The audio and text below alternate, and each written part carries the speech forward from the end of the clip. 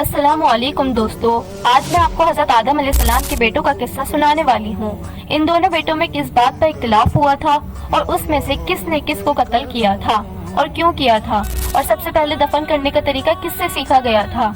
ये सब बातें मैं आपको इस वाक़े में बताने वाली हूँ। तो वाक़े शुरू होने से पहले मैं आपसे गुजारिश करती हूँ एलएम वॉइस चैनल को सब्सक्राइब कर लें और अगर वाक़े पसंद आए तो कमेंट जरूर कीजिएगा। अब हम अपना वाक़े शुरू करते हैं। हज़रत आदम अलैहिस्सलाम के दो बेटे थे। बड़े बेटे का नाम काबिल था और छोटे बेटे का नाम हाबिल था। बड़े बेटे काबिल के साथ जो लड़की पैदा हुई थी वो निहायत खूबसूरत थी और दूसरे भाई हाबिल के साथ जो लड़की पैदा हुई थी वो आम शक्ल सूरत की थी। अब कानून के मुताबिक काबिल का निकाह इस आम शक्ल सूरत की लड़की से होना था और हाबिल का निकाह निहायत खूबसूरत लड़की से होना था। काबिल को ये बात बहुत नागवार गुजरी। खूबसूरत लड़की का नाम किताबों में अक्लीमान आया है।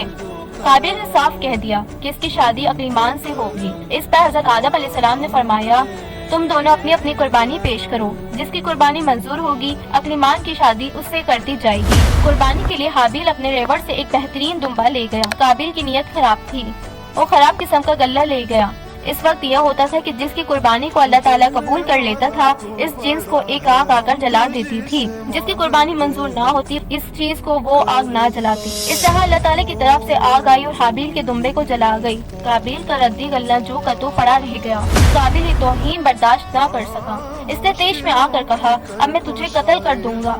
इस पर हाबिल ने जवाब दिया, अल्लाह ताला सिर्फ परहेजगारों की कुर्बानी कबूल करता है। अगर तुमने मुझे कत्ल करने के लिए मेरी तरफ हाथ बढ़ाया, फिर भी मैं तुम्हारी तरफ हाथ नहीं बढ़ाऊंगा। बेशक मैं अल्लाह ताला से डरता हूँ जो सारी मखलूक का रब है। काबिल ने हाबिल की बातों की तरफ कोई तवज्जो ना दी और मौके की तलाश में रहने लगा।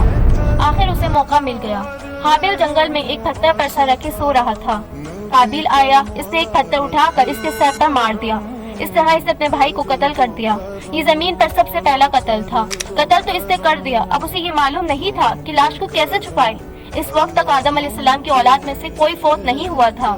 काबिल परेशान था कि अब क्या करे। इसमें परवरदिगार ने दो कौवों को भेजा, एक ने दूसरे को मार डाला, फिर जमीन को रेत का गड्ढा बनाया और इसमें मुर्दा कौवे को रख कर इसके ऊपर मिट्टी डाल दी। इस तरह उसे दफन करने का तरीका मालूम हुआ।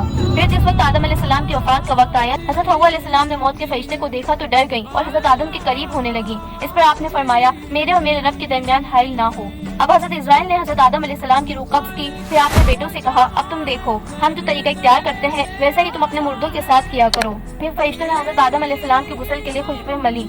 जन्नत की बेरी के लाए हुए पत्तों वाले पानी से आपको गुस्ल दिया, फिर जन्नत का कफन पहनाया। आपकी औलाद ने जनाजा उठाया और खाने काबा में ले गए। हज़रत इब्राहीम अलैहिस्सलाम ने नमाज जनाजा पढ़ाई। उन्होंने नमाज जनाजा में 4 तकबीरें पढ़ी। आपको मस्जिद खैफ में दफन किया गया।